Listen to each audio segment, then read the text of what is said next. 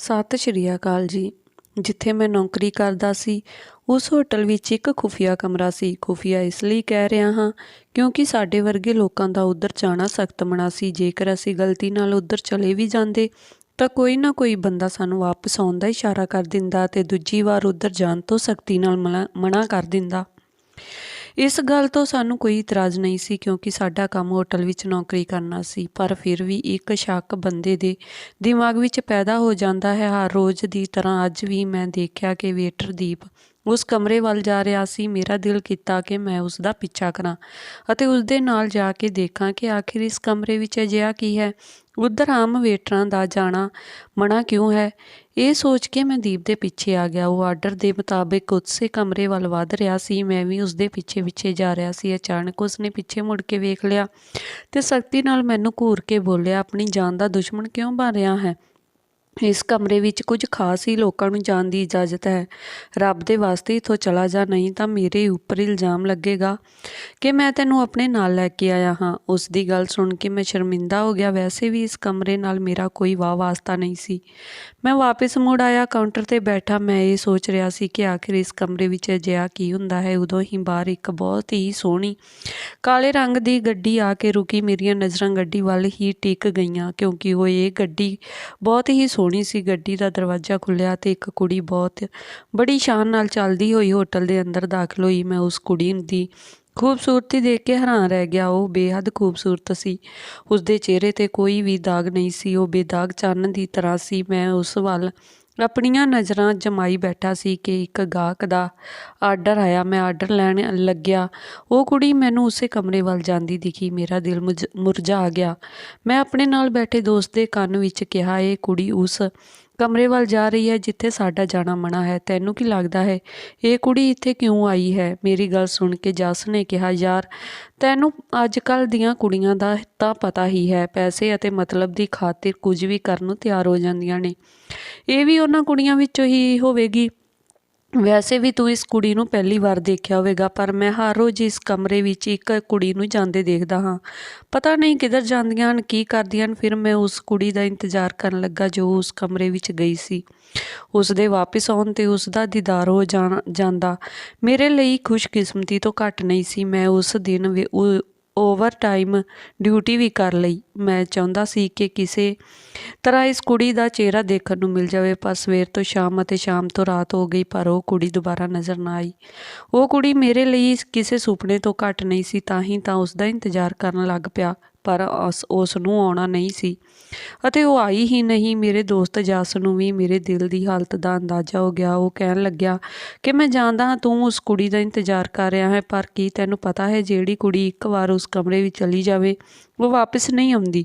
ਉਸ ਦਾ ਇੰਤਜ਼ਾਰ ਕਰਨਾ ਬੇਕਾਰ ਹੈ। ਜੱਸ ਦੀ ਗੱਲ ਸੁਣ ਕੇ ਮੈਂ ਉਦਾਸ ਹੋ ਗਿਆ, ਪਰ ਮੇਰੇ ਦਿਲ ਵਿੱਚ ਇੱਕ ਉਮੀਦ ਸੀ ਕਿ ਉਹ ਮੈਨੂੰ ਇੱਕ ਦਿਨ ਜ਼ਰੂਰ ਮਿਲੇਗੀ। ਮੈਂ ਸੋਚਣ ਲੱਗਿਆ ਕਿ ਸ਼ਾਇਦ ਉਹ ਦੂਸਰੇ ਦਰਵਾਜ਼ੇ ਤੋਂ ਚਲੀ ਗਈ ਹੋਵੇਗੀ ਅਤੇ ਕੱਲ੍ਹ ਦੁਬਾਰਾ ਵਾਪਸ ਆ ਜਾਵੇਗੀ। ਸਾਡੇ ਹੋਟਲ ਵਿੱਚ ਜ਼ਿਆਦਾਤਰ ਲੋਕ ਘੁੰਮਣ ਫਿਰਨ ਹੀ ਆਉਂਦੇ ਸਨ, ਜਿਨ੍ਹਾਂ ਵਿੱਚੋਂ ਜ਼ਿਆਦਾਤਰ ਬਾਹਰਲੇ ਦੇਸ਼ਾਂ ਦੇ ਜੋੜੇ ਸ਼ਾਮਿਲ ਹੁੰਦੇ ਸਨ। ਮੈਂ ਅਗਲੇ ਦਿਨ ਦਾ ਇੰਤਜ਼ਾਰ ਕਰਨ ਲੱਗਿਆ, ਸ਼ਾਇਦ ਉਹ ਕਿਸੇ ਹੋਰ ਮੁਲਕ ਦੀ ਹੋਵੇ। ਇਹ ਸੋਚ ਕੇ ਮੇਰੀਆਂ ਉਮੀਦਾਂ ਵੱਧ ਗਈਆਂ। ਠੀਕ ਉਸੇ ਸਮੇਂ ਦਿਨ ਦੇ 12 ਵਜੇ ਇੱਕ ਕਾਲੇ ਰੰਗ ਦੀ ਗੱਡੀ ਮੇਨ ਗੇਟ ਦੇ ਅੱਗੇ ਆ ਕੇ ਰੁਕੀ।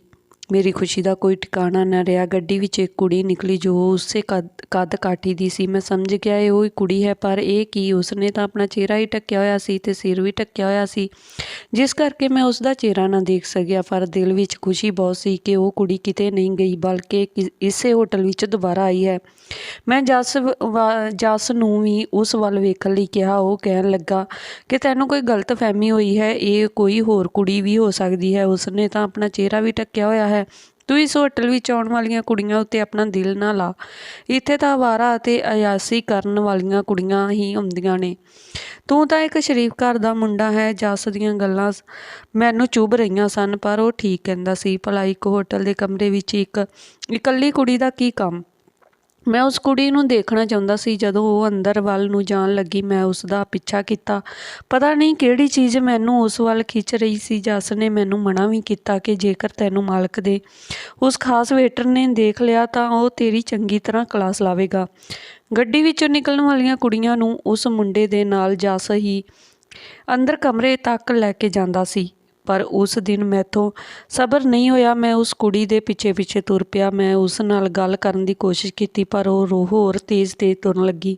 ਉਸ ਦਾ ਬੁਰਕਾ ਉਸਦੇ ਪੈਰਾਂ ਵਿੱਚ ਫਸ ਰਿਹਾ ਸੀ। ਉਹ ਬਹੁਤ ਪਰੇਸ਼ਾਨ ਲੱਗ ਰਹੀ ਸੀ। ਸ਼ਾਇਦ ਮੇਰਾ ਬੁਲਾਉਣਾ ਉਸ ਨੂੰ ਚੰਗਾ ਨਹੀਂ ਲੱਗਿਆ, ਪਰ ਮੇਰਾ ਦਿਲ ਕਹਿ ਰਿਹਾ ਸੀ ਕਿ ਇਹ ਉਹੀ ਕੁੜੀ ਹੈ। ਮੈਂ ਅੱਗੇ ਵੱਧ ਕੇ ਉਸ ਦਾ ਰਸਤਾ ਰੋਕ ਲਿਆ, ਪਰ ਇਹ ਦੇਖ ਕੇ ਮੇਰੀਆਂ ਅੱਖਾਂ ਫਟੀਆਂ ਹੀ ਰਹਿ ਗਈਆਂ, ਕਿਉਂਕਿ ਇਹ ਉਹ ਕੁੜੀ ਨਹੀਂ ਸੀ, ਸਗੋਂ ਮੇਰੀ ਆਪਣੀ ਭੈਣ ਸੀ। ਤੂੰ ਇੱਥੇ ਕਿਵੇਂ ਆਈ? ਮੈਂ ਉਸ ਨੂੰ ਹੈਰਾਨੀ ਨਾਲ ਪੁੱਛਿਆ। ਉਸਨੇ ਮੇਰੀ ਗੱਲ ਦਾ ਕੋਈ ਜਵਾਬ ਨਹੀਂ ਦਿੱਤਾ। ਉਸੇ ਸਮੇਂ ਉੱਥੇ ਮਾਲਕ ਦਾ ਖਾਸ ਵੇਟਰ ਆ ਗਿਆ ਅਤੇ ਮੈਨੂੰ ਗੁੱਸੇ ਭਰੀਆਂ ਨਜ਼ਰਾਂ ਨਾਲ ਵੇਖ ਕੇ ਬੋਲਿਆ, ਤੂੰ ਇੱਥੇ ਕੀ ਕਰ ਰਿਹਾ ਹੈ? ਮਾਲਕ ਨੂੰ ਤੇਰੀ ਸ਼ਿਕਾਇਤ ਕਰਾਂਗਾ। ਅੱਜ ਕੱਲ੍ਹ ਤੂੰ ਇਸ ਕਮਰੇ ਦੇ ਕੋਲ ਜ਼ਿਆਦਾ ਹੀ ਮੰਡਰਾਉਣ ਲੱਗ ਪਿਆ ਹੈ। ਤੇਰਾ ਇਲਾਜ ਕਰਨਾ ਹੀ ਪਵੇਗਾ। ਉਸਨੇ ਮੈਨੂੰ ਆਕੜ ਦਿਖਾਈ, ਪਰ ਮੈਨੂੰ ਕੋਈ ਫਰਕ ਨਹੀਂ ਪਿਆ, ਕਿਉਂਕਿ ਮੇਰੀ ਆਪਣੀ ਸਕੀ ਭੈਣ ਅੱਜ ਉਸ ਕਮਰੇ ਵਿੱਚ ਜਾ ਰਹੀ ਸੀ। ਮੈਥੋਂ ਸਬਰ ਨਹੀਂ ਹੋ ਰਿਹਾ ਸੀ। ਮੈਂ ਉਸ ਕਮਰੇ ਵਿੱਚੋਂ ਆਪਣੀ ਭੈਣ ਨੂੰ ਖਿੱਚ ਕੇ ਬਾਹਰ ਲੈ ਕੇ ਆਉਣਾ ਚਾਹੁੰਦਾ ਸੀ, ਕਿਉਂਕਿ ਜੋ ਵੀ ਕੁੜੀ ਇਸ ਕਮਰੇ ਵਿੱਚ ਗਈ ਹੈ ਉਹ ਅੱਜ ਤੱਕ ਵਾਪਸ ਨਹੀਂ ਆਈ। ਪਰ ਮੈਂ ਕਿਸੇ ਨੂੰ ਦੱਸ ਵੀ ਨਹੀਂ ਸਕਦਾ ਕਿ ਮੇਰੀ ਭੈਣ ਇਸ ਹੋਟਲ ਦੇ ਖੁਫੀਆ ਕਮਰੇ ਵਿੱਚ ਗਈ ਹੈ। ਆਖਿਰ ਸਾਡੀ ਇੱਜ਼ਤ ਦਾ ਸਵਾਲ ਸੀ। ਮੈਂ ਕਿਸੇ ਤੋਂ ਮਦਦ ਵੀ ਨਹੀਂ ਮੰਗ ਸਕਦਾ ਸੀ। ਮੈਂ ਸਿਰ ਝੁਕਾ ਕੇ ਉੱਥੋਂ ਵਾਪਸ ਆ ਗਿਆ, ਕਿਉਂਕਿ ਉਸ ਸਮੇਂ ਸਿਕਿਉਰਿਟੀ ਗਾਰਡ ਉੱਥੇ ਖੜਾ ਮੈਨੂੰ ਦੇਖ ਰਿਹਾ ਸੀ। ਹੋਟਲ ਦੀ ਇੰਨੀ ਵੱਡੀ ਮੈਨੇਜਮੈਂਟ ਨਾਲ ਪੰਗਾ ਲੈਣਾ ਮੇਰੇ ਵੱਸ ਦੀ ਗੱਲ ਨਹੀਂ ਸੀ। ਫਿਰ ਮੈਂ ਚੁੱਪਚਾਪ ਕਾਊਂਟਰ 'ਤੇ ਵਾਪਸ ਆ ਕੇ ਜੱਸ ਕੋਲ ਬੈਠ ਗਿਆ। ਜੱਸ ਨੇ ਕਿਹਾ, ਹੋ ਗਏ ਦਰਸ਼ਨ ਭਾਬੀ ਦੇ? ਮੇਰੇ ਕੋਲ ਕੋਈ ਜਵਾਬ ਨਹੀਂ ਸੀ। ਨਹੀਂ ਯਾਰ, ਇੱਕ ਬਹੁਤ ਵੱਡੀ ਦਿੱਕਤ ਹੋ ਗਈ ਹੈ। ਮੈਂ ਜੱਸ ਨੂੰ ਸਾਰੀ ਕਹਾਣੀ ਦੱਸਣ ਦਾ ਫੈਸਲਾ ਕੀਤਾ, ਕਿਉਂਕਿ ਜੱਸ ਨੂੰ ਦੱਸੇ ਬਗੈਰ ਭੈਣ ਨੂੰ ਬਚਾਉਣ ਦਾ ਹੋਰ ਕੋਈ ਰਸਤਾ ਨਹੀਂ ਸੀ। ਜੱਸ ਹੀ ਸੀ ਜੋ ਮੇਰੀ ਮਦਦ ਕਰ ਸਕਦਾ ਸੀ। ਉਹ ਕਮਰਾ ਜਿੱਥੇ ਮੇਰੀ ਭੈਣ ਗਈ ਹੈ, ਉਸ ਬਾਰੇ ਵਿੱਚ ਕਿਸੇ ਵੀ ਵੇਟਰ ਦੀ ਚੰਗੀ ਰਾਏ ਨਹੀਂ ਸੀ। ਮੈਨੂੰ ਘਬਰਾਹਟ ਹੋ ਰਹੀ ਸੀ। ਆਪਣੀ ਭੈਣ ਬਾਰੇ ਸੋਚ ਕੇ ਮੇਰਾ ਮਨ ਬੇਚੈਨ ਹੋ ਰਿਹਾ ਸੀ। ਆਖਿਰ ਉਸ ਬੰਦ ਕਮਰੇ ਵਿੱਚ ਮੇਰੀ ਭੈਣ ਨਾਲ ਕੀ ਹੋ ਰਿਹਾ ਹੋਵੇਗਾ? ਥੋੜ੍ਹੀ ਦੇਰ ਬਾਅਦ ਜੱਸ ਨੇ ਮਾਲਕ ਦੇ ਉਸ ਖਾਸ ਵੇਟਰ ਨੂੰ ਪਤਾ ਨਹੀਂ ਕੀ ਕਿਹਾ ਕਿ ਉਸ ਨੂੰ ਤਰਸ ਆ ਗਿਆ। ਸ਼ਾਇਦ ਉਹ ਵੀ ਧੀਆਂ ਭੈਣਾਂ ਵਾਲਾ ਹੀ ਸੀ, ਇਸ ਲਈ ਮੇਰੀ ਮਜਬੂਰੀ ਸਮਝ ਗਿਆ ਸੀ। ਪਰ ਅਸੀਂ ਸਭ ਉੱਥੇ ਵੇਟਰ ਸੀ। ਇੱਕ ਹੱਦ ਤੋਂ ਜ਼ਿਆਦਾ ਇੱਕ ਦੂਜੇ ਦੀ ਮਦਦ ਵੀ ਨਹੀਂ ਕਰ ਸਕਦੇ ਸੀ। ਉਸਨੇ ਮੈਨੂੰ ਇਜਾਜ਼ਤ ਤਾਂ ਦੇ ਦਿੱਤੀ ਸੀ, ਪਰ ਸਿਰਫ ਅਤੇ ਸਿਰਫ ਮੇਰੇ ਆਪਣੇ ਰਿਸਕ 'ਤੇ। ਮੈਂ ਫੌਰਨ ਉਸ ਕਮਰੇ ਵੱਲ ਵਧਿਆ। ਮੇਰੇ ਖਿਆਲ ਵਿੱਚ ਉਹ ਕਮਰਾ ਅੰਦਰ ਤੋਂ ਬੰਦ ਹੋਣਾ ਚਾਹੀਦਾ ਸੀ, ਪਰ ਮੈਂ ਜਿਵੇਂ ਹੀ ਚਾਬੀ ਘੁਮਾਈ ਤਾਂ ਦੇਖਿਆ ਕਿ ਕਮਰੇ ਦਾ ਦਰਵਾਜ਼ਾ ਆਸਾਨੀ ਨਾਲ ਖੁੱਲ੍ਹ ਗਿਆ। ਪਰ ਜ਼ੋਰ ਨਾਲ ਧੜਕਦੇ ਹੋਏ ਦਿਲ ਨਾਲ ਜਿਵੇਂ ਹੀ ਮੈਂ ਕਮਰੇ ਦਾ ਦਰਵਾਜ਼ਾ ਖੋਲ੍ਹਿਆ ਤਾਂ ਦੇਖਿਆ ਕਿ ਕਮਰਾ ਖਾਲੀ ਹੈ। ਕਮਰੇ ਵਿੱਚ ਲੱਗੇ ਹੋਏ ਮਖਮਲੀ ਪਰਦੇ ਸਰਸਰ ਕਰ ਰਹੇ ਸਨ ਅਤੇ ਇਸ ਕਮਰੇ ਵਿੱਚ ਕਿਸੇ ਤਰ੍ਹਾਂ ਦੀ ਕੋਈ ਹਰਕਤ ਨਹੀਂ ਸੀ। ਮੈਨੂੰ ਬਹੁਤ ਅਜੀਬ ਲੱਗਿਆ। ਹੁਣ ਇਹ ਤਾਂ ਮੇਰੀ ਭੈਣ ਇਸ ਕਮਰੇ ਵਿੱਚ ਆਈ ਸੀ, ਅਚਾਨਕ ਕਿੱਥੇ ਚਲੀ ਗਈ? ਇਹੀ ਸੋਚ ਕੇ ਮੇਰਾ ਦਿਮਾਗ ਫਟ ਰਿਹਾ ਸੀ। ਮੈਂ ਬਾਥਰੂਮ ਵਿੱਚ, ਬੈੱਡ ਦੇ ਥੱਲੇ ਤੇ ਕਮਰੇ ਦੀਆਂ ਅਲਮਾਰੀਆਂ ਵਿੱਚ ਚੰਗੀ ਤਰ੍ਹਾਂ ਨਾਲ ਦੇਖਿਆ, ਪਰ ਮੇਰੀ ਭੈਣ ਕਿਤੇ ਨਹੀਂ ਸੀ। ਉਹ ਉੱਥੇ ਹੁੰਦੀ ਤਾਂ ਮਿਲਦੀ। ਮੈਨੂੰ ਸਮਝ ਨਹੀਂ ਆ ਰਿਹਾ ਸੀ ਕਿ ਮੈਂ ਕੀ ਕਰਾਂ। ਇੰਨੇ ਵਿੱਚ ਬਾਹਰ ਤੋਂ ਕਿਸੇ ਦੇ ਪੈਰਾਂ ਦੀ ਆਵਾਜ਼ ਆਈ। ਇਹ ਤਾਂ ਉਹੀ ਮੁੰਡਾ ਸੀ ਜੋ ਮੈਨੂੰ ਬਾਹਰ ਆਉਣ ਦਾ ਇਸ਼ਾਰਾ ਕਰ ਰਿਹਾ ਸੀ। ਮਜਬੂਰਨ ਮੈਂ ਉਸ ਕਮਰੇ ਵਿੱਚੋਂ ਬਾਹਰ ਨਿਕਲ ਆਇਆ। ਬਾਹਰ ਨਿਕਲਦੇ ਹੀ ਮੈਂ ਉਸ ਮੁੰਡੇ ਨੂੰ ਪੁੱਛਿਆ, ਤੂੰ ਇਸ ਕਮਰੇ ਵਿੱਚ ਕੀ ਕਰਨ ਆਉਂਦਾ ਸੀ? ਇਹ ਕਮਰਾ ਤਾਂ ਖਾਲੀ ਹੈ, ਇਸ ਦੇ ਅੰਦਰ ਤਾਂ ਕੋਈ ਨਹੀਂ ਹੈ। ਉਸਨੇ ਕਿਹਾ, ਮੈਂ ਤਾਂ ਇੱਥੇ ਸ਼ਰਬਤ ਦੇਣ ਆਉਂਦਾ ਸੀ। 2 ਗਿਲਾਸ ਸ਼ਰਬਤ ਦੇ ਮੈਨੂੰ ਦਿੱਤੇ ਜਾਂਦੇ ਹਨ। ਉਹ ਹੀ ਇਸ ਕਮਰੇ ਵਿੱਚ ਪਹੁੰਚਾਉਂਦਾ ਹਾਂ। ਇੱਕ ਔਰਤ ਮੇਰੇ ਤੋਂ ਗਿਲਾਸ ਲੈ ਲੈਂਦੀ ਹੈ ਅਤੇ ਮੈਂ ਵਾਪਿਸ ਆ ਜਾਂਦਾ ਹਾਂ। ਮੈਨੂੰ ਨਹੀਂ ਪਤਾ ਕਿੱਥੇ ਕੀ ਹੁੰਦਾ ਹੈ। ਉਸ ਦੀ ਗੱਲ ਸੁਣ ਕੇ ਮੈਂ ਹੈਰਾਨ ਰਹਿ ਗਿਆ। ਮੈਨੂੰ ਸਮਝ ਨਹੀਂ ਆ ਰਿਹਾ ਸੀ ਕਿ ਆਖਿਰ ਮੇਰੀ ਭੈਣ ਗਈ ਕਿੱਥੇ। ਇਸ ਤੋਂ ਪਹਿਲਾਂ ਕਿ ਅਸੀਂ ਉੱਥੋਂ ਵਾਪਸ ਜਾਂਦੇ, ਮੈਨੂੰ ਕਮਰੇ ਦੇ ਫਰਸ਼ ਅਤੇ ਵਿਛੇ ਕਲੀਨ ਵਿੱਚ ਕੁਝ ਹਰਕਤ ਮਹਿਸੂਸ ਹੋਈ। ਮੈਂ ਕਮਰੇ ਵੀ ਅੰਦਰ ਦੁਬਾਰਾ ਵਾਪਸ ਜਾਣ ਹੀ ਲੱਗਾ ਸੀ ਕਿ ਉਸ ਮੁੰਡੇ ਨੇ ਮੈਨੂੰ ਰੋਕ ਦਿੱਤਾ। ਫਿਰ ਇੱਕਦਮ ਕਮਰੇ ਦੀ ਲਾਈਟ ਬੰਦ ਹੋ ਗਈ। ਸਾਨੂੰ ਉੱਥੋਂ ਵਾਪਸ ਆਉਣਾ ਪਿਆ। ਇਹ ਥਾਂ ਖਤਰਨਾਕ ਸੀ। ਇੱਥੇ ਜਾਣਾ ਆਸਾਨ ਗੱਲ ਨਹੀਂ ਸੀ, ਪਰ ਇਹ ਮੁੰਡਾ ਮੇਰੀ ਮਜਬੂਰੀ ਸਮਝਦਾ ਸੀ। ਉਸਨੇ ਇੱਕ ਸਿਕਿਉਰਿਟੀ ਗਾਰਡ ਜੋ ਉਸ ਆਦਮੀ ਦਾ ਦੋਸਤ ਸੀ, ਉਸ ਨੂੰ ਸਾਰੀ ਗੱਲ ਸਮਝਾਈ। ਉਹ ਸਿਕਿਉਰਿਟੀ ਗਾਰਡ ਇੱਕ ਬਜ਼ੁਰਗ ਆਦਮੀ ਸੀ। ਉਹ ਮੇਰੀ ਮਜਬੂਰੀ ਸਮਝ ਗਿਆ। ਉਹ ਵੀ ਮੇਰੀ ਮਦਦ ਲਈ ਮੰਨ ਗਿਆ। ਉਸਨੇ ਕਿਹਾ, ਮੈਂ ਤੈਨੂੰ ਉੱਥੇ ਜਾਣ ਦੀ ਇਜਾਜ਼ਤ ਦੇ ਦੇਵਾਂਗਾ। ਤੂੰ ਉਸ ਕਮਰੇ ਵਿੱਚ ਜਾ ਕੇ ਜੋ ਚਾਹੇ ਮਰਜ਼ੀ ਕਰ। ਚੰਗੀ ਤਰ੍ਹਾਂ ਆਪਣੀ ਤਸੱਲੀ ਕਰ ਲੈ। ਪਰ ਇਸ ਕਮਰੇ ਵਿੱਚ ਜੋ ਕੁੜੀ ਗਈ ਹੈ ਉਹ ਦੁਬਾਰਾ ਕਦੇ ਵਾਪਸ ਨਹੀਂ ਆਈ। ਉਸ ਕਮਰੇ ਬਾਰੇ ਅਜੀਬ ਤਰ੍ਹਾਂ ਦੀਆਂ ਗੱਲਾਂ ਮਸ਼ਹੂਰ ਹਨ, ਪਰ ਤੇਰੇ ਮੁਤਾਬਕ ਜੇਕਰ ਉਹ ਕਮਰਾ ਖਾਲੀ ਸੀ ਤਾਂ ਇਸ ਗੱਲ ਦਾ ਯਕੀਨ ਖੁਦ ਵੀ ਕਰ ਲੈ। ਹੋ ਸਕਦਾ ਹੈ ਤੇਰੀ ਭੈਣ ਕਿਸੇ ਦੂਸਰੇ ਕਮਰੇ ਵਿੱਚ ਗਈ ਹੋਵੇ।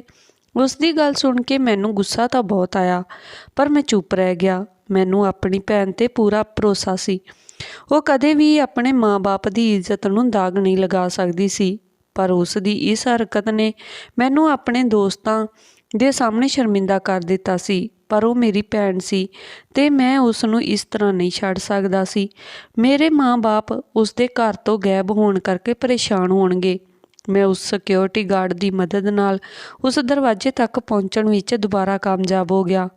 ਮੈਨੂੰ ਪੂਰਾ ਯਕੀਨ ਸੀ ਕਿ ਉਸ ਕਲੀਨ ਦੇ ਥੱਲੇ ਜ਼ਰੂਰ ਅਜਿਹੀ ਕੋਈ ਚੀਜ਼ ਹੋਵੇਗੀ ਜਿਸ ਵਿੱਚ ਮੇਰੀ ਭੈਣ ਦੀ ਗੁੰਮਸ਼ੁਦਗੀ ਦਾ ਰਾਜ਼ ਛੁਪਿਆ ਹੈ। ਮੈਂ ਰੱਬ ਦਾ ਨਾਂ ਲੈ ਕੇ ਉਸ ਕਮਰੇ ਅੰਦਰ ਦਾਖਲ ਹੋ ਗਿਆ। ਜਦੋਂ ਮੈਂ ਕਮਰੇ ਵਿੱਚ ਪਿਆ ਮੋਟਾ ਕਲੀਨ ਇੱਕ ਪਾਸੇ ਹਟਾਇਆ ਤਾਂ ਮੇਰੇ ਪੈਰਾਂ ਥੱਲਿਓਂ ਜ਼ਮੀਨ ਨਿਕਲ ਗਈ। ਮੈਂ ਵੇਖਿਆ ਫਰਸ਼ 'ਤੇ ਇੱਕ ਲੋਹੇ ਦਾ ਦਰਵਾਜ਼ਾ ਬਣਿਆ ਹੋਇਆ ਸੀ। ਮੈਂ ਆਪਣੇ ਦੋਵੇਂ ਹੱਥਾਂ ਨਾਲ ਉਸ ਨੂੰ ਹੌਲੀ-ਹੌਲੀ ਖੋਲ੍ਹਿਆ ਅਤੇ ਥੱਲੇ ਬਣੀਆਂ ਪੌੜੀਆਂ 'ਤੇ ਪੈਰ ਰੱਖਿਆ। ਮੈਂ ਸਮਝ ਚੁੱਕਾ ਸੀ ਕਿ ਹੋਟਲ ਦੇ ਇਸ ਕਮਰੇ ਵਿੱਚ ਕਿਸੇ ਤਹਿਖਾਨੇ ਦਾ ਰਸਤਾ ਹੈ। ਮੈਂ ਫਟਾਫਟ ਪੌੜੀਆਂ ਤੋਂ ਥੱਲੇ ਉਤਰਿਆ ਕਿਉਂਕਿ ਮੈਂ ਜਲਦੀ ਤੋਂ ਜਲਦੀ ਹਕੀਕਤ ਤੱਕ ਪਹੁੰਚਣਾ ਚਾਹੁੰਦਾ ਸੀ। ਅੰਦਰ ਜਾਂਦੇ ਹੀ ਮੈਂ ਕੁਝ ਅਜਿਹਾ ਵੇਖਿਆ ਜਿਸ ਨੂੰ ਵੇਖ ਕੇ ਮੇਰੇ ਹੋਸ਼ ਉੱਡ ਗਏ। ਅੰਦਰ ਇੱਕ ਪੂਰੀ ਦੁਨੀਆ ਵਸੀ ਹੋਈ ਸੀ। ਚਾਰੇ ਪਾਸੇ ਖੂਬਸੂਰਤ ਕਮਰੇ ਬਣੇ ਹੋਏ ਸਨ। ਇਸ ਜਗ੍ਹਾ ਨੂੰ ਵੇਖ ਕੇ ਇੰਜ ਲੱਗ ਰਿਹਾ ਸੀ ਇੱਥੇ ਰਹਿਣ ਵਾਲੇ ਲੋਕ ਕਿਸੇ ਦੂਜੀ ਦੁਨੀਆ ਤੋਂ ਆਏ ਹੋਏ ਹਨ। ਚਾਰੇ ਪਾਸੇ ਖੂਬਸੂਰਤੀ ਹੀ ਖੂਬਸੂਰਤੀ ਸੀ। ਤਲਾਬ ਕੋਲ ਬੈਠੀਆਂ ਕੁੜੀਆਂ ਬਹੁਤ ਸੋਹਣੀਆਂ ਲੱਗ ਰਹੀਆਂ ਸੀ। ਉਹਨਾਂ ਦੀ ਗਿਣਤੀ 10-12 ਦੇ ਕਰੀਬ ਹੋਵੇਗੀ, ਜਦੋਂ ਕਿ ਜੱਸ ਦੇ ਮੁਤਾਬਕ 50 ਦੇ ਕਰੀਬ ਕੁੜੀਆਂ ਹੋਟਲ ਦੇ ਕਮਰੇ ਵਿੱਚ ਆ ਕੇ ਗਾਇਬ ਹੋਈਆਂ ਸਨ। ਮੈਂ ਆਪਣੀ ਭੈਣ ਨੂੰ ਲੱਭਣਾ ਸੀ ਅਤੇ ਹਾਲੇ ਮੈਂ ਹੈਰਾਨ ਪਰੇਸ਼ਾਨ ਖੜਿਆ ਉਸ ਮਹਿਲ ਵਰਗੇ ਤਹਿਖਾਨੇ ਨੂੰ ਦੇਖ ਹੀ ਰਿਹਾ ਸੀ ਕਿ ਮੈਨੂੰ ਆਪਣੇ ਪਿੱਛੇ ਕਿਸੇ ਦੇ ਖੜੇ ਹੋਣ ਦਾ ਅਹਿਸਾਸ ਹੋਇਆ। ਇਸ ਤੋਂ ਪਹਿਲਾਂ ਕਿ ਮੈਂ ਪਿੱਛੇ ਮੁੜ ਕੇ ਦੇਖ ਪਾਉਂਦਾ, ਕਿਸੇ ਨੇ ਮੇਰੇ ਸਿਰ 'ਤੇ ਕੋਈ ਭਾਰੀ ਚੀਜ਼ ਮਾਰੀ ਤੇ ਮੈਨੂੰ ਬੇਹੋਸ਼ ਕਰ ਦਿੱਤਾ। ਜਦੋਂ ਮੇਰੀ ਅੱਖ ਖੁੱਲ੍ਹੀ ਤਾਂ ਕਈ ਘੰਟੇ ਗੁਜ਼ਰ ਚੁੱਕੇ ਸਨ, ਪਰ ਮੇਰੀ ਖੁਸ਼ਕਿਸਮਤੀ ਸੀ ਕਿ ਮੈਂ ਆਪਣੇ ਸਾਹਮਣੇ ਉਸ ਸਿਕਿਉਰਿਟੀ ਗਾਰਡ ਨੂੰ ਵੇਖਿਆ ਜਿਸ ਨਾਲ ਕੁਝ ਦੇਰ ਪਹਿਲਾਂ ਹੀ ਮੇਰੀ ਮੁਲਾਕਾਤ ਹੋਈ ਸੀ। ਮੈਂ ਉਸ ਨੂੰ ਪੁੱਛਿਆ ਕਿ ਮੈਂ ਕਿੱਥੇ ਹਾਂ। ਉਸ ਨੇ ਬਹੁਤ ਮੁਸ਼ਕਲ ਨਾਲ ਦੱਸਿਆ ਕਿ ਮੈਂ ਹੋਟਲ ਦੇ ਤਹਿਖਾਨੇ ਵਿੱਚ ਕੈਦ ਹਾਂ, ਜਿੱਥੇ ਹੁੰਦੇ ਹੋਏ ਮੈਂ ਸਿਕਿਉਰਿਟੀ ਗਾਰਡ ਦੀ ਨਜ਼ਰ ਵਿੱਚ ਆ ਗਿਆ ਸੀ। ਪਰ ਉਸ ਸਿਕਿਉਰਿਟੀ ਗਾਰਡ ਨੇ ਪਤਾ ਨਹੀਂ ਕਿਵੇਂ ਸਿਕਿਉਰਿਟੀ ਨਾਲ ਗੱਲਬਾਤ ਕਰਕੇ ਮੇਰੇ ਤੱਕ ਪਹੁੰਚ ਕੀਤੀ ਤੇ ਮੈਨੂੰ ਬਚਾਇਆ, ਮੇਰਾ ਖਿਆਲ ਰੱਖਿਆ ਅਤੇ ਮੈਨੂੰ ਹੋਸ਼ ਵਿੱਚ ਲਿਆਉਣ ਦੀ ਕੋਸ਼ਿਸ਼ ਕੀਤੀ। ਮੈਂ ਉਸ ਦਾ ਸ਼ੁਕਰਗੁਜ਼ਾਰ ਸੀ, ਪਰ ਉਸ ਦੀ ਪਰੇਸ਼ਾਨੀ ਮੈਨੂੰ ਸਾਫ਼ ਨਜ਼ਰ ਆ ਰਹੀ ਸੀ। ਉਸ ਨੇ ਮੈਨੂੰ ਕਿਹਾ, ਪੁੱਤਰ ਜਲਦੀ ਕਰ, ਤੈਨੂੰ ਇੱਥੋਂ ਜਾਣਾ ਹੋਵੇਗਾ ਕਿਉਂਕਿ ਮੈਂ ਇੱਥੇ ਬੜੀ ਮੁਸ਼ਕਲ ਨਾਲ ਆਇਆ ਹਾਂ। ਨਾ ਸਿਰਫ ਮੇਰੀ ਨੌਕਰੀ ਬਲਕਿ ਮੇਰੀ ਜਾਨ ਨੂੰ ਵੀ ਖਤਰਾ ਹੈ। ਪੁੱਤਰ ਤੂੰ ਆਪਣੀ ਭੈਣ ਦੇ ਪਿੱਛੇ ਇੱਥੋਂ ਤੱਕ ਆਇਆ ਹੈ, ਇਸ ਲਈ ਮੈਂ ਤੇਰੀ ਮਦਦ ਕੀਤੀ ਹੈ। ਇੱਥੇ ਆਉਣ ਵਾਲੀਆਂ ਕੁੜੀਆਂ ਨੂੰ ਚੰਗੀਆਂ ਕੁੜੀਆਂ ਸਮਝਣ ਦੀ ਗਲਤੀ ਨਾ ਕਰੀ। ਮੈਂ ਇਸ ਖੇਲ ਤੋਂ ਵਾਕਿਫ ਹਾਂ, ਪਰ ਮੈਂ ਇਹ ਨਹੀਂ ਜਾਣਦਾ ਸੀ ਕਿ ਇੱਥੇ ਕੋਈ ਤਹਿਖਾਨਾ ਵੀ ਬਣਿਆ ਹੋਇਆ ਹੈ ਜਿੱਥੇ ਇਹਨਾਂ ਸਭ ਕੁੜੀਆਂ ਨੂੰ ਕੈਦ ਕੀਤਾ ਗਿਆ ਹੈ ਅਤੇ ਇਸ ਹੋਟਲ ਦਾ ਮਾਲਿਕ ਇਹਨਾਂ ਨੂੰ ਆਪਣੇ ਮਕਸਦ ਲਈ ਇਸਤੇਮਾਲ ਕਰਦਾ ਹੈ। ਮੈਂ ਤਾਂ ਤੇਰੀ ਭੈਣ ਨੂੰ ਪਛਾਣਦਾ ਵੀ ਨਹੀਂ ਹਾਂ। ਤੈਨੂੰ ਆਪ ਉਹਨਾਂ ਕੁੜੀਆਂ ਵਿੱਚੋਂ ਆਪਣੀ ਭੈਣ ਦੀ ਤਲਾਸ਼ ਕਰਨੀ ਹੋਵੇਗੀ। ਇਸ ਤੋਂ ਬਾਅਦ ਮੈਂ ਤੈਨੂੰ ਇੱਕ ਰਸਤਾ ਦੱਸਾਂਗਾ ਜਿੱਥੋਂ ਹੁੰਦੇ ਹੋਏ ਤੂੰ ਇਸ ਤਹਿਖਾਨੇ ਵਿੱਚੋਂ ਬਾਹਰ ਨਿਕਲ ਜਾਵੇਂਗਾ। ਪਰ ਧਿਆਨ ਰਹੇ ਕੋਈ ਚਲਾਕੀ ਕਰਨ ਦੀ ਕੋਸ਼ਿਸ਼ ਨਾ ਕਰੀ। ਸਿਰਫ ਆਪਣੀ ਭੈਣ ਨੂੰ ਇੱਥੋਂ ਲੈ ਕੇ ਜਾਈਂ। ਕਿਸੇ ਨਾਲ ਫਾਲਤੂ ਗੱਲ ਨਾ ਕਰੀ ਅਤੇ ਨਾ ਹੀ ਇੱਥੋਂ ਕੋਈ ਚੀਜ਼ ਚੁੱਕੀ। ਮੈਂ ਤੇਰੇ ਲਈ ਸਭ ਇੰਤਜ਼ਾਮ ਕਰ ਦੇਵਾਂਗਾ। ਉਸ ਨੇ ਕਿਹਾ, ਜਲਦੀ ਤੋਂ ਜਲਦੀ ਜਾ ਕੇ ਆਪਣੀ ਭੈਣ ਨੂੰ ਲੱਭ। ਮੈਂ ਉੱਥੋਂ ਉੱਠ ਕੇ ਦੂਜੇ ਕਮਰੇ ਵਿੱਚ ਚਲਾ ਗਿਆ ਜੋ ਖੁੱਲ੍ਹੇ ਵੱਡੇ ਹਾਲ ਵਰਗਾ ਸੀ। ਮੇਰੀ ਨਜ਼ਰ ਉਸ ਕੁੜੀ 'ਤੇ ਪਈ ਜੋ ਮਾਸੂਮ ਜਿਹਾ ਚਿਹਰਾ ਬਣਾਏ ਉਹਨਾਂ ਸਭ ਕੁੜੀਆਂ ਤੋਂ ਅਲੱਗ ਹੀ ਨਜ਼ਰ ਆ ਰਹੀ ਸੀ। ਮੈਂ ਆਪਣੀ ਭੈਣ ਨੂੰ ਲੱਭਣਾ ਸੀ, ਪਰ ਮੈਨੂੰ ਆਪਣੀ ਭੈਣ ਨੂੰ ਲੱਭਣ ਦੀ ਜ਼ਰੂਰਤ ਹੀ ਨਹੀਂ ਪਈ। ਮੇਰੀ ਭੈਣ ਕਿਸੇ ਅੰਦਰ ਵਾਲੇ ਕਮਰੇ ਵਿੱਚੋਂ ਭੱਜਦੀ ਹੋਈ ਆਈ ਅਤੇ ਮੈਨੂੰ ਦੇਖਦੇ ਹੀ ਮੇਰੇ ਗਲ ਲੱਗ ਕੇ ਰੋਣ ਲੱਗੀ। ਆਪਣੀ ਭੈਣ ਦੀ ਅਜਿਹੀ ਹਾਲਤ ਦੇਖ ਕੇ ਮੇਰਾ ਸਿਰ ਸ਼ਰਮ ਨਾਲ ਝੁਕ ਗਿਆ ਅਤੇ ਬਿਨਾਂ ਕੋਈ ਗੱਲ ਕਰੇ ਮੈਂ ਉਸ ਨੂੰ ਬਾਹਰ ਲੈ ਆਇਆ ਅਤੇ ਸਿਕਿਉਰਿਟੀ ਗਾਰਡ ਦੇ ਦੱਸੇ ਹੋਏ ਰਸਤੇ ਆਪਣੀ ਭੈਣ ਨੂੰ ਲੈ ਕੇ ਬਾਹਰ ਨਿਕਲ ਗਿਆ। ਮੈਨੂੰ ਉਸ ਕੁੜੀ ਦਾ ਖਿਆਲ ਹਾਲੇ ਵੀ ਸਤਾ ਰਿਹਾ ਸੀ। ਮੈਂ ਉਸ ਨੂੰ ਵੀ ਇਸ ਨਰਕ ਵਿੱਚੋਂ ਕੱਢਣਾ ਚਾਹੁੰਦਾ ਸੀ। ਸੱਚ ਪੁੱਛੋ ਤਾਂ ਮੇਰੀ ਪਹਿਲੀ ਨਜ਼ਰ ਉਸ ਉੱਤੇ ਹੀ ਪਈ ਸੀ, ਪਰ ਮੈਨੂੰ ਆਪਣੀ ਭੈਣ ਦੀ ਇੱਜ਼ਤ ਪਿਆਰੀ ਸੀ। ਇਸ ਲਈ ਸਭ ਤੋਂ ਪਹਿਲਾਂ ਆਪਣੀ ਭੈਣ ਨੂੰ ਹੀ ਉੱਥੋਂ ਬਾਹਰ ਲੈ ਕੇ ਆਇਆ। ਮੇਰੀ ਭੈਣ ਮੇਰੇ ਕੋਲੋਂ ਮਾफ़ੀ ਮੰਗਣ ਲੱਗੀ। ਮੈਂ ਉਸ ਦੀ ਕਿਸੇ ਗੱਲ ਉੱਪਰ ਜ਼ਿਆਦਾ ਧਿਆਨ ਨਾ ਦਿੱਤਾ, ਬਸ ਉਸ ਨੂੰ ਫਟਾਫਟ ਗੱਡੀ ਵਿੱਚ ਬਿਠਾਇਆ ਅਤੇ ਉਸ ਨੂੰ ਘਰ ਲੈ ਆਇਆ। ਘਰ ਪਹੁੰਚ ਕੇ ਮੈਂ ਉਸ ਨੂੰ ਘਸੀਟਦੇ ਹੋਏ ਬਾਹਰ ਕੱਢਿਆ ਅਤੇ ਮਾਂ-ਬਾਪ ਸਾਹਮਣੇ ਕਿਸੇ ਮੁਜਰਮ ਦੀ ਤਰ੍ਹਾਂ ਪੇਸ਼ ਕੀਤਾ। ਉਹ ਵੀ ਡਰ ਦੇ ਮਾਰੇ ਕੰਬ ਰਹੀ ਸੀ। ਉਸਨੇ ਦੱਸਿਆ ਕਿ ਉਹ ਕਿਸੇ ਨੂੰ ਮਿਲਣ ਨਹੀਂ ਬਲਕਿ ਨੌਕਰੀ ਦੀ ਤਲਾਸ਼ ਵਿੱਚ ਉੱਥੇ ਗਈ ਸੀ, ਜਿਸ ਦੇ ਬਾਰੇ ਵਿੱਚ ਦੱਸਿਆ ਜਾ ਰਿਹਾ ਸੀ ਕਿ ਤਨਖਾਹ ਬਹੁਤ ਜ਼ਿਆਦਾ ਹੈ। ਮੇਰੀ ਭੈਣ ਮੇਰੀ ਮਦਦ ਕਰਨਾ ਚਾਹੁੰਦੀ ਸੀ, ਮੇਰਾ ਬੋਝ ਘੱਟ ਕਰਨਾ ਚਾਹੁੰਦੀ ਸੀ, ਇਸ ਕਰਕੇ ਉਸਨੇ ਇਹ ਕਦਮ ਚੁੱਕਿਆ। ਉਸ ਨੂੰ ਪਤਾ ਸੀ ਕਿ ਮੈਂ ਇਸ ਹੋਟਲ ਵਿੱਚ ਪਹਿਲਾਂ ਤੋਂ ਹੀ ਨੌਕਰੀ ਕਰਦਾ ਹਾਂ, ਇਸ ਲਈ ਉਸ ਨੂੰ ਇੱਥੋਂ ਦੇ ਲੋਕਾਂ 'ਤੇ ਭਰੋਸਾ ਸੀ। ਕਿਉਂਕਿ ਮੈਂ ਘਰ ਵਿੱਚ ਆਪਣੇ ਬੌਸ ਅਤੇ ਮੈਨੇਜਮੈਂਟ ਦੀ ਹਮੇਸ਼ਾ ਤਾਰੀਫ ਕਰਦਾ ਸੀ, ਉਹ ਮੈਨੂੰ ਬਿਨਾਂ ਦੱਸੇ ਆਪਣੀ ਨੌਕਰੀ ਦਾ ਸਰਪ੍ਰਾਈਜ਼ ਦੇਣਾ ਚਾਹੁੰਦੀ ਸੀ। ਪਰ ਮੇਰੀ ਭੈਣ ਨੂੰ ਸ਼ਾਇਦ ਇਸ ਜ਼ਾਲਿਮ ਜ਼ਮਾਨੇ ਦਾ ਨਹੀਂ ਪਤਾ ਸੀ। ਇਹ ਜ਼ਰੂਰੀ ਨਹੀਂ ਕਿ ਹਰ ਚੰਗਾ ਦਿਖਣ ਵਾਲਾ ਇਨਸਾਨ ਅੰਦਰ ਤੋਂ ਵੀ ਚੰਗਾ ਹੀ, ਉਸਦੇ ਕਈ ਰੰਗ ਹੋ ਸਕਦੇ ਹਨ। ਅਸੀਂ ਰੱਬ ਦੇ ਸ਼ੁਕਰਗੁਜ਼ਾਰ ਸੀ ਕਿ ਮੇਰੀ ਭੈਣ ਇੱਕ ਵੱਡੇ ਹਾਦਸੇ ਦਾ ਸ਼ਿਕਾਰ ਹੋਣ ਤੋਂ ਬਚ ਗਈ ਸੀ। ਮੈਂ ਜਸ, ਉਸਦੇ ਦੋਸਤ ਤੇ ਸਿਕਿਉਰਿਟੀ ਗਾਰਡ ਨਾਲ ਦੁਬਾਰਾ ਗੱਲ ਕੀਤੀ ਅਤੇ ਇਸ ਖੁਫੀਆ ਤਹਿਖਾਨੇ ਨੂੰ ਪੁਲਿਸ ਦੀ ਮਦਦ ਨਾਲ ਉਹਨਾਂ ਗੁਨਾਹਾਂ ਅਤੇ ਬੁਰਾਈਆਂ ਦਾ ਅੱਡਾ ਬਣਨ ਤੋਂ ਰੋਕਿਆ ਜਾਵੇ ਜੋ ਨਾ ਨਿਕਲਣ ਵਾਲੀ ਦਲਦਲ ਦੀ ਤਰ੍ਹਾਂ ਹੁੰਦੀਆਂ ਹਨ। ਪਰ ਉਹ ਸਭ ਮੈਨੂੰ ਇਹ ਕਹਿ ਕੇ ਚੁੱਪ ਕਰਵਾ ਦਿੰਦੇ ਕਿ ਇਸ ਦੇਸ਼ ਦਾ ਇਨਸਾਫ ਵੀ ਵਿਕਿਆ ਹੋਇਆ ਹੈ। ਜੇਕਰ ਤੂੰ ਇਹ ਕੋਸ਼ਿਸ਼ ਕਰੇਂਗਾ ਤਾਂ ਆਪਣੀ ਜਾਨ ਤੋਂ ਵੀ ਜਾਵੇਂਗਾ। ਜੋ ਹੋਇਆ ਉਸ ਨੂੰ ਭੁੱਲ ਜਾ। ਪਰ ਮੈਂ ਅੱਜ ਤੱਕ ਉਸ ਕੁੜੀ ਦਾ ਚਿਹਰਾ ਨਹੀਂ ਭੁੱਲ ਸਕਿਆ ਜਿਸ ਨੂੰ ਮੈਂ ਪਹਿਲੇ ਦਿਨ ਉਸ ਹੋਟਲ ਦੇ ਦਰਵਾਜ਼ੇ ਵਿੱਚ ਆਉਂਦੇ ਦੇਖਿਆ ਸੀ। ਮੈਂ ਆਪਣੀ ਭੈਣ ਦੀ ਇੱਜ਼ਤ ਬਚਾਉਣ ਵਿੱਚ ਤਾਂ ਸਫਲ ਹੋ ਗਿਆ, ਪਰ ਆਪਣਾ ਪਿਆਰ ਹਾਰ ਕੇ ਹਮੇਸ਼ਾ ਦੇ ਲਈ ਖੁਦ ਨੂੰ ਹਰਾਇਆ ਹੋਇਆ ਮਹਿਸੂਸ ਕਰ ਰਿਹਾ ਸੀ। ਅਤੇ ਅੱਜ ਵੀ ਮੈਂ ਆਪਣੇ ਆਪ ਨੂੰ ਉਸ ਕੁੜੀ ਦਾ ਗੁਨਹਗਾਰ ਸਮਝਦਾ ਹਾਂ। ਧੰਨਵਾਦ ਜੀ। ਇਹ ਸੀ ਅੱਜ ਦੀ ਆਪਣੀ ਕਹਾਣੀ। ਜੇਕਰ ਕਹਾਣੀ ਵਧੀਆ ਲੱਗੀ ਹੋਵੇ ਤਾਂ ਲਾਈਕ, ਕਮੈਂਟ, ਸ਼ੇਅਰ ਜ਼ਰੂਰ ਕਰਨਾ ਅਤੇ ਚੈਨਲ ਨੂੰ ਸਬਸਕ੍ਰਾਈਬ ਜ਼ਰੂਰ ਕਰ ਦੇਣਾ ਜੀ।